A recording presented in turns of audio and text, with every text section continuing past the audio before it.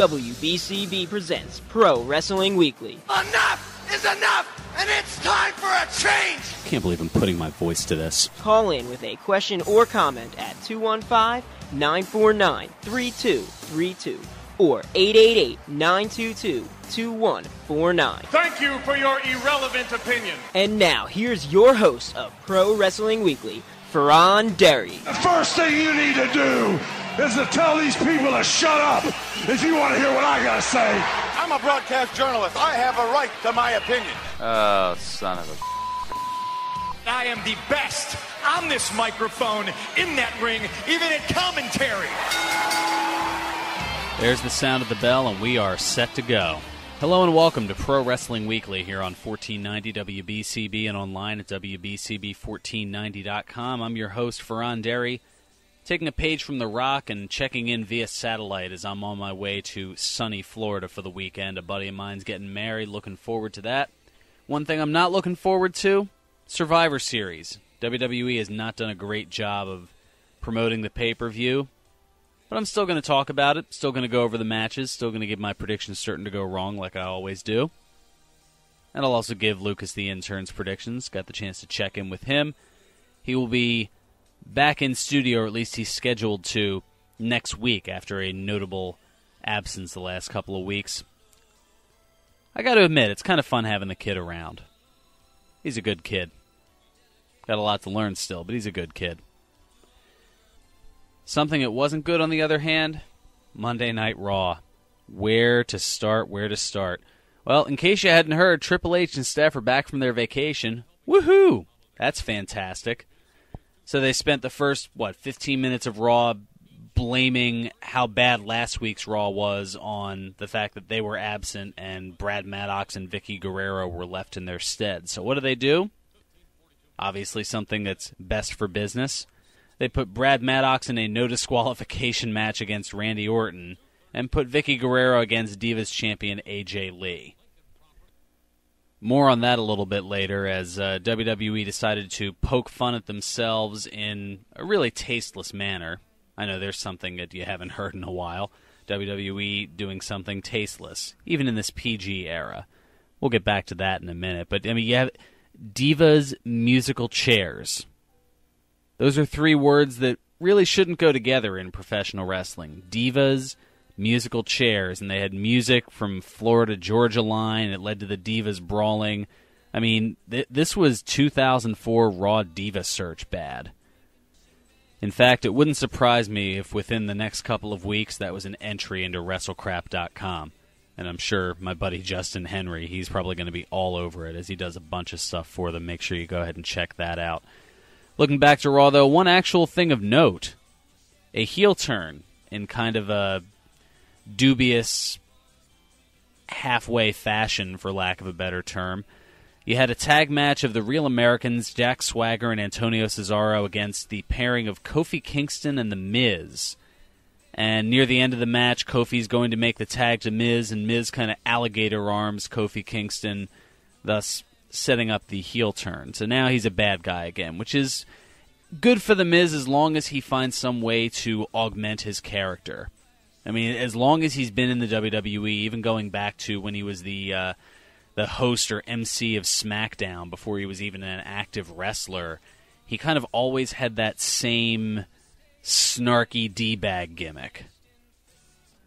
But the problem is his character never really evolved. It never really changed. And when he went from being a bad guy to a good guy and still had the same pretty much everything, you can see why there wasn't success with it. So he's at least going back to what made him a little bit successful, but there needs to be some evolution to his character. Otherwise, he'll just be mired in this bog of lower mid-card, only a couple of years removed from being WWE champion. Go figure.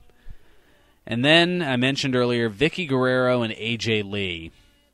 Well, Vicky, she attempted to pass out backstage to try to get out of the match. Okay, you've seen that with managers before, but they decided to make some jokes about Vicky being dehydrated, which pretty much was a knock on AJ Lee legitimately collapsing during a match due to dehydration during their European tour. I don't know why Vince McMahon feels that legitimate medical issues are funny on television as far as making light of them. And it's not the first time he's done it. Do you remember the JR colonoscopy? That pretty much gives you an idea of where that whole joke was. It was all just to make fun of the fact that JR had some sort of health issues and had to have a doctor look in the back door. And just as a complete aside, I wonder, I may never get the chance to interview Vince McMahon. I wonder if somebody could ask him what is his fixation with poop humor. I don't understand it. I never have, and I probably never will. He seems to find it funny, and maybe, I don't know, the 5 to 7-year-old demographic might find it funny, but other than that, I don't know, everybody else is looking like, seriously, Vince? So yes, making light of dehydration. Good job, Vince. Good show. And as if that wasn't bad enough, then Triple H, to stroke his own ego and take a couple of mid-carders and push them further down in the mid-card into obscurity when they were on the cusp of bumping into the glass ceiling and possibly breaking it. Dolph Ziggler and Damien Sandow. Oh, my goodness. They were booked in a Broadway brawl match. Essentially a hardcore match with musical instruments all around the ring. I don't know what was worse. The fact that you had these musical instruments all in the ring and it was essentially a hardcore match with cellos and guitars and whatever else. The fact that you had the announce team telling dated country music jokes. I mean, really? Ronnie Millsap? You're going to tell a Ronnie Millsap blind joke? You think that's funny? I know I don't. And then, of course, the highlight of the match, Dolph Ziggler doing a Jeff Jarrett impression after hitting Damien Sandow over the head with an acoustic guitar. Because, again, they were in Tennessee, and the Jarretts have been very popular in Tennessee for quite a while. So a nice little homage. But that's your highlight. Fantastic. Also, Xavier Woods, he got a call up to the big time from NXT. He's teamed up with R-Truth and took on 3MB, only this time around, because they're a comedy tag team, they've got to do this. Because they're in Tennessee, they're the Rhinestone Cowboys. Oh well, whatever. Xavier Woods, the former Consequences Creed over in TNA. Good to see him get the call up to the main roster, and it won't likely happen, but if WWE keeps them as a team, I'd love for them to be called Truth and Consequences. It's not going to happen, and probably they were paired together as a rib to the fans, because that's the twisted sense of humor Vince McMahon has, but I don't know. I'd like to see it. I know it's not going to happen, but it's still fun to think about. And then you had the one saving grace from Raw, the main event. The 12-man tag team match. CM Punk, Daniel Bryan, Cody Rhodes, Goldust, Jimmy and Jey Uso against The Shield and the Wyatt family. A 6-on-6 tag match. And, well, let's take you to the ending bout of that, because if we gave you the whole match here, that'd take up more than half the show. But here it is from Monday Night Raw. This is Monday Night Raw. We are live, ladies and gentlemen. Nashville, Tennessee, Raw Country, 12-man tag team main event. Ambrose looking to put out Punk. Hook of the leg here. And a Goldust this time. The Gamble's had it. Look at Spear. That's it. Goodbye, Goldie. Crossroads on Roman Reigns. Going for that disaster kick. And Seth Rollins now countering. Punk. The Beard of the Best. What a team those guys. And Goat. There is bodies flying everywhere. I still think Punk and Ambrose are legal, right? Who knows? Go to sleep. Charles Robinson believes they are. It's all that matters. Cover. What a match. Cover on a match. The team of Jimmy and Jey Uso, Cody Rhodes, Goldust, Daniel Bryan, and CM Punk. What a match and what a night. Raw Country. knockout. The Real Americans were involved in that Survivor Series traditional tag match Sunday. The Real Americans who got a tag title match on SmackDown are out here. And now things are really against Punk and Daniel Bryan. The Shield and the Watch now have the Real Americans on their side. Yeah, add 3 more to this 12-man mix. Wait a minute! What's he doing back? Rey Mysterio! What? Mysterio's here! Mysterio's here! Oh, right through the leg! Rey Mysterio! There goes Cesaro! There goes Rowan! And there goes, well, Swagger's still in there. Look at top rope! Hey! Dial it up! Dial it up! Harper! Swagger! Oh, no, he's gonna drop a dime! Double time! 619! 619 for Mysterio! 2 619s! Go to sleep to Harper! Daniel Bryan with a running knee! Oh my gosh! This is great! Rey Mysterio is back! Rey Mysterio, the master of the 619, making his way back to the ring for the first time in quite a few months. He's had a rather lengthy rehab stint regarding the knee injury, so it's good to see him back, and we'll see him at tomorrow's Survivor Series pay-per-view. I've got my predictions certain to go wrong coming up. That'll be in the next segment. Also, we'll look at TNA Impact, their Turning Point pay-per-view themed Impact this past Thursday. Couple of title tournament matches, and also Aces and Eights. Might they finally disband? Well, we've got all that coming up, plus some news and notes, including a WWE Hall of Famer passing away this past week and a John Cena clothing line for kids. All that and a bunch more. This is Pro Wrestling Weekly here on 1490 WBCB and online at WBCB1490.com. I said, are you ready for the Survivor Series? What a joke. And now, more Pro Wrestling Weekly with your host, Fearon Derry. This whole thing is embarrassing, it really is. This is the longest-running pro wrestling radio talk show in the history of terrestrial radio. This is Pro Wrestling Weekly here on 1490 WBCB and online at WBCB1490.com. I'm your host, Fearon Derry. Nick Cataldi, he's in the studio, making sure the CD plays, as I'm not in studio. I'm in the air somewhere, probably over Delaware, somewhere in southern Delaware at this point that you're hearing this. On my way to sunny Florida for the weekend for a buddy of mine's wedding. Congrats, Andy. Well, let's go ahead and talk about something else going on tomorrow apart from my friend Andy's wedding. Let's talk about the Survivor Series. I've got my predictions certain to go wrong. We'll go through the 7 matches and give you both my and Lucas's take on them. First of all, the kickoff match. The recently turned heel Miz against Kofi Kingston, the tag team partner whom he turned on. I'm going with the Miz to try to build some sort of a momentum on this turn.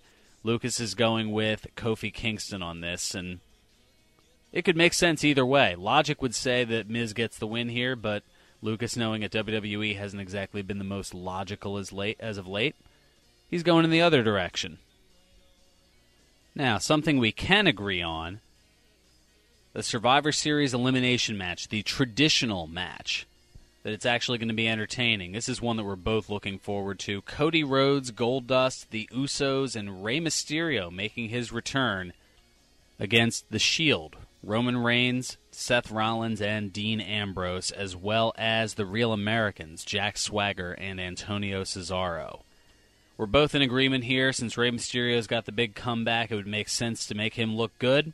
So I could see Rey possibly even being the sole survivor, but Rey Mysterio and the Rhodeses and Usos getting the victory here. CM Punk and Daniel Bryan. Wow, how the mighty seem to have fallen, as they're in a tag team match against Eric Rowan and Luke Harper of the Wyatt family. And I have a hunch that the deep push of Daniel Bryan continues. Bryan will lose the match, and the Wyatts will be elevated. For what, I'm not sure, but they'll be elevated nonetheless.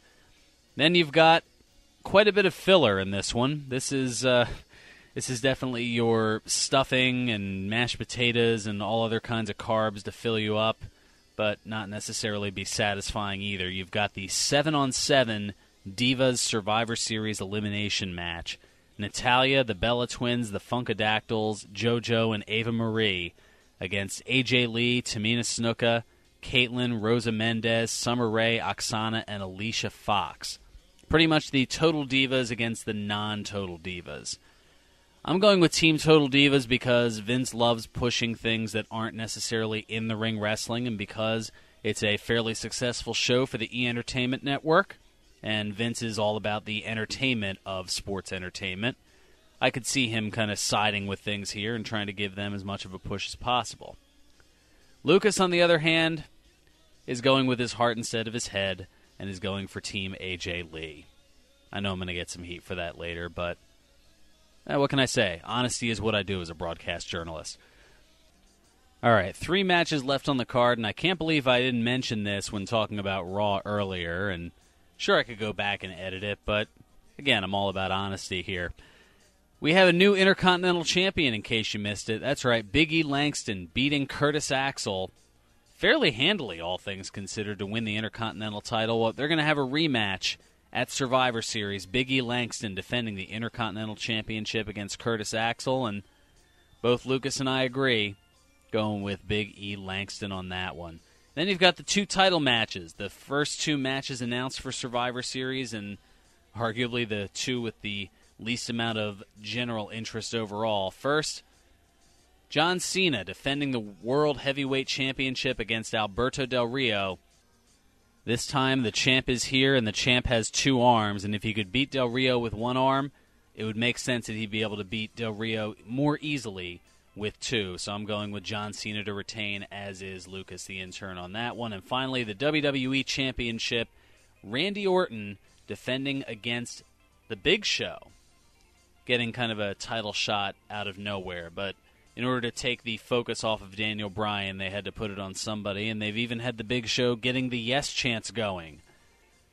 Again, furthering the push of Daniel Bryan. You know, because he's short, so short people obviously can't wrestle in WWE's eyes. But big people can, like The Big Show and The Great Khali and... Alright, there's no way that I can sarcastically put a positive spin on Vince McMahon's size fetish. I just can't do it. There's a lot of things I can do. It's hard to keep that going with a straight face. What can I say? Anyway, Randy Orton retains. He continues to be the face of WWE, regardless of whether or not it's a face that people want to look at. So there it is. To recap, I've got The Miz, Team Rey Mysterio, the Wyatts, Team Total Divas, Big E Langston, Cena, and Orton. Lucas, meanwhile, has Kofi, Team Rey, the Wyatts, Team AJ, Langston, Cena, and Orton. So we only disagree on 2 out of the 7 matches. The kid's getting smart. He's learning quickly. That's how he does. All right, let's shift over to Impact. So a couple of title tournaments happened this past Thursday on the Turning Point edition of Impact. Magnus beating Samoa Joe to advance in the TNA title tournament. Also, Bobby Roode beating James Storm in a battle of the former tag partners of Beer Money in a Florida death match. The conclusion of this match was rather interesting, as a lot of them tend to be in TNA. This was stopped thanks to Gunner throwing in the towel for James Storm. So it was done by ref stoppage, eliminating Storm from the tournament and probably leading to a feud between Gunner and James Storm. So that completes the quarterfinals. Moving on, you've got Kurt Angle, Magnus, Jeff Hardy, and Bobby Roode. So your semifinal matchups, Kurt Angle against Magnus and Jeff Hardy against Bobby Roode. What kind of stipulations will there be? Well, we'll find out courtesy of the Wheel of Dixie. I'm sure at some point. But then to close out Impact, former running mates of Aces and Eights, Mr. Anderson against Bully Ray. If Anderson loses, his career is over. If Bully Ray loses, then Aces and Eights forced to disband. And we've got the closing moments of that match, which is a no disqualification match, right here. I can't believe that he kicked out. Hold on. Wait a minute. What's this about? Don't worry about what it's about. Taz just headed the hammer. Brooke, the hammer that has been used in so many of Bully Ray's victories. I gave the girl my hammer. What the hell? Overshot. Bully Ray. Anderson's got the hammer. Hit him with the hammer. Hit him with the mic check. Cover and pin one. Pin two. Aces and eights are history. Aces and eights are history. No, this can't be. Oh my God. Oh my God, I can't believe this. No. I cannot believe this happened. No. This is a nightmare. Stop clapping, Mike, you homer. Yeah. What the hell? It is over. The 18-month reign of terror within everybody in Impact Wrestling. Hold on, wait a minute. He's got the cut of Bully Ray. Shut up, Mike. He wants your cut, too, Tam. He wants your cut. I'm not taking nothing off. Oh. I'm not taking nothing. You got to deal with Kurt Angle, Samoa Joe. Shut up, Mike. Deal with this. Son of a... There it is. Here you go. Aces and eights. History. Yeah, my face. Done. Gone. Disbanded. Aces and eights done because of Mr. Anderson. This is a nightmare. A friggin' nightmare. Nightmare for you. Nightmare for Aces and eights. But it's a dream for Mr. Anderson. A dream come true for Impact Wrestling because Aces and eights are done. Next Thursday on a special Thanksgiving edition of Impact Wrestling, the explosive feud between Kurt Angle and Bobby Roode reaches an all-time high. Who will join Team Angle and Team Roode as both sides clash in an epic elimination match? Plus, it's the end you never thought possible. Join us as Ken Anderson hosts the funeral of Aces and Eights. It's all next Thursday on a special Thanksgiving edition of Impact Wrestling. So Aces and Eights is finally done, and there's going to be a funeral service after Thanksgiving dinner this coming Thursday on a special Thanksgiving Impact. And oddly enough, a 4-on-4 elimination tag match on Thanksgiving night. Where have I seen that before? Gosh, that sounds awful familiar. Yeah, it's kind of odd how blatantly transparent it is that they're just ripping off the Survivor Series concept. Are they trying to do it better with one match? I don't know. They're doing a better job hyping it than WWE is Survivor Series. So, we'll see. Team Angle against Team Roode. I don't know. We'll see if the tryptophan and the turkey hasn't kicked in and whether I can actually sit down and watch it or not. Or, as a lot of people would think, it'll help you get to sleep faster. I mean, why do you think people called Monday Nitro Monday Night Quill back in the days of WCW? Same kind of concept. Anyway, we'll be back. I've got news and notes coming your way, including another TNA pay-per-view biting the dust, and a Hogan calling off engagement. All that and more. This is Pro Wrestling Weekly here on 1490 WBCB and online at WBCB1490.com. Pro Wrestling Weekly presents Today in Wrestling History, November 23. On this date in 1989, the WWF held its Survivor Series pay-per-view. In the main event, Jim Neidhart, Marty Jannetty, Shawn Michaels, and the Ultimate Warrior defeated Andre the Giant, Arn Anderson, Bobby Heenan, and Haku in a Survivor Series elimination match. On this date in 1997, WCW held its World War III pay-per-view. In the main event, Scott Hall won the 60-person, 3-ring, over-the-top rope battle royal. On this date in 1994, the WWF held its Survivor Series pay-per-view. In the main event, The Undertaker defeated Yokozuna in a casket match with special guest enforcer Chuck Norris. This has been Today in Wrestling History, November 23. You are listening to Pro Wrestling Weekly with Fearon Dairy.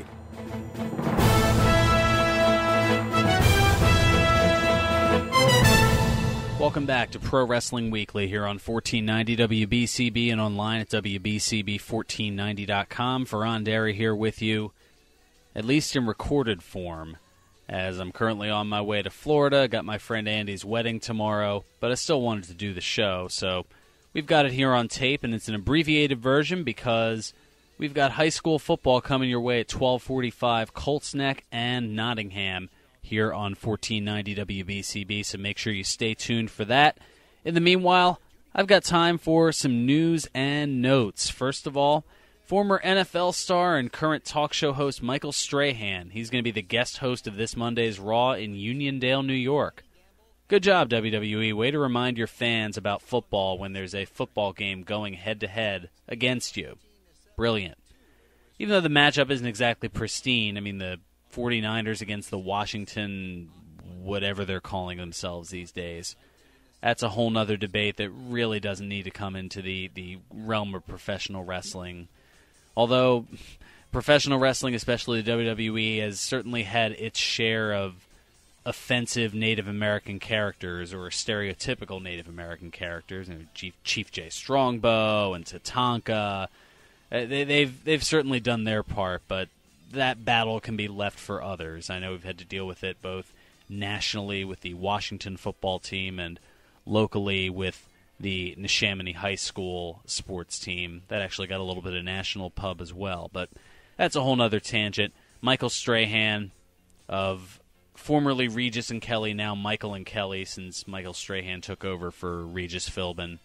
He's going to be the guest host of Monday Night Raw, so who knows what they're going to have in the follow-up show from Survivor Series. And the push for, TLC coming up in a little bit. In other news, oh man, Cena. There's a Cena clothing line for kids.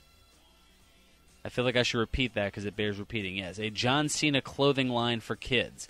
WWE and Kmart announcing the launch of a John Cena clothing line for boys via this press release. Drawing inspiration from WWE superstar John Cena, the collection is currently available in boys sizes 5 to 16. For fall of 2013, the line includes on-trend military-inspired camo prints, graphic tees, hoodies, cargo pants, outerwear, headwear, and accessories, priced from $7.99 to $29.99. A follow-up spring collection is anticipated to launch in stores and online in early 2014. Cena, being the inspiration, had this to say, and I quote, "I am very excited that my new collection has arrived at Kmart. Through this apparel line, we can collectively bring the positive message of never give up to all my young fans." Never Give Up is the latest addition to Kmart's growing portfolio of celebrity brands within the Shop Your Way social shopping platform. Did I really say social slop? What, is Henry O. Godwin coming back with his slop bucket? I don't know. Anyway, through shopyourway.com, members can receive exclusive news about the collection, connect directly with John Cena during live chat sessions, find information about in-store appearances, and enter sweepstakes. Cena fans will have the opportunity to meet the WWE superstars. He promotes the Never Give Up collection during an in-store appearance and autograph signing this Tuesday, November 26th, at Kmart's Penn Station store in New York City. So there you go, all you youngins. Great, now I know what I'm going to have to get little Alex for Christmas. I'm sure his parents will be thrilled. Moving on swiftly here, McMahon voted one of the most powerful women in cable television. WWE executive Stephanie McMahon was named one of the most powerful women in cable at the Cable Facts event in New York this past Thursday. She was named to the same list each of the 3 previous years. I'm kind of curious how they determine that list. Sure, I'm not going to find an answer or get an answer, but I don't know, I'm curious. I mean, the fact that she's been named to the list each of the previous 3 years, maybe it's just a very minimal list. I don't know. And in other news, a Hogan calls off engagement. That's right, TMZ reporting that Brooke Hogan, daughter of Hulk Hogan, called off her engagement to Dallas Cowboys player Phil Costa. The story states that Brooke moved back to Los Angeles to finish a new album. So does that mean that she might get back with Bully Ray in storyline mode? No, I think they got rid of her, and I don't think they're bringing on any more talent, seeing as they're trying to condense and do different things of that nature. I mean, this past Thursday they made their return to the now newer and smaller Impact Zone. So there's one sign that they're not necessarily going to be throwing out major bucks to bring in any kind of former talent, even if that former talent is the daughter of the Hulkster brother. Also, Mad Dog Vachon passed away this past week. Longtime pro wrestler Maurice Mad Dog Vachon died this past Thursday morning at the age of 84. Greg Oliver of Slam Wrestling reporting that Vachon died at 4 a.m. in Omaha, Nebraska.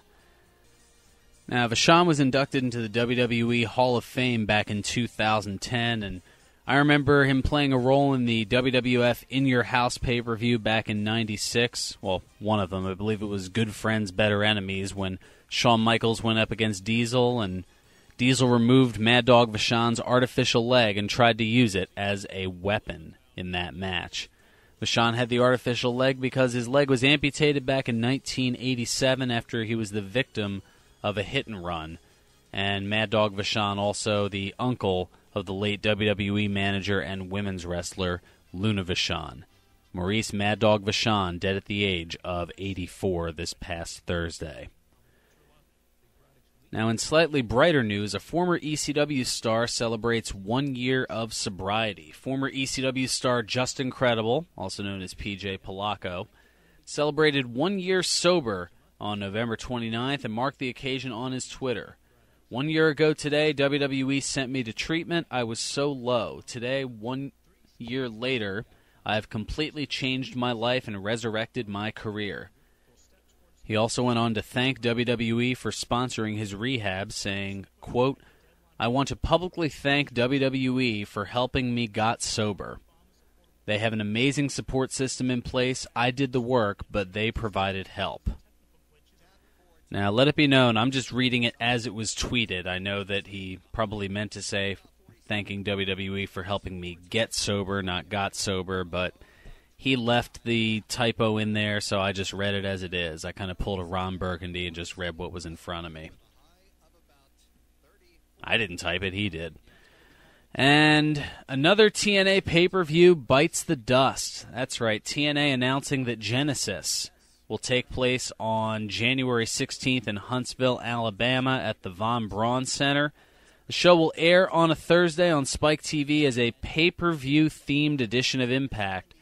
So it looks like then there were only 3, Lockdown, Slammiversary, and Bound for Glory. Will there be only 3 pay-per-views in 2014, or is this it for TNA pay-per-view altogether? Let the speculation begin. Now, I got a couple minutes left here before we get to high school football here on 1490 WBCB. One thing I want to mention now, last Saturday, after the show, last Saturday evening, I got the chance for the first time to go to a local promotion that's been around for quite a while, and I've heard plenty about it. I've met quite a few of the stars from there. Finally got the chance to go down to Paulsboro, New Jersey to check them out. The folks at Monster Factory Wrestling, of course, run by Pretty Boy Larry Sharp, a notable wrestler back in the day.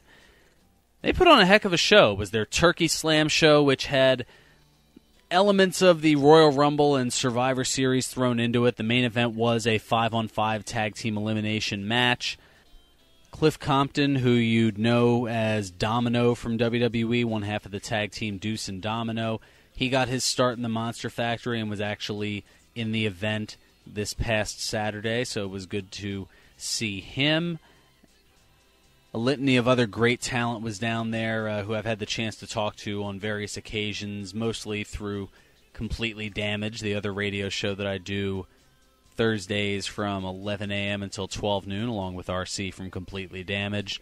But you had stars like Major McClendon. You had former members of AC Rock, Shaheem and Mark Cruz. There was a cameo at the end of the night by the Blue Meanie. He was in attendance. Also, Steve Off, who we had on the show when he was trying out for TNA Gut Check. Steve Off was down there. It was good to see him again for the first time in quite a while. Corey Castle was there. We had him on the show a couple weeks ago, as well as Anthony Bruno, who was doing some filming for Wrestling with Disaster.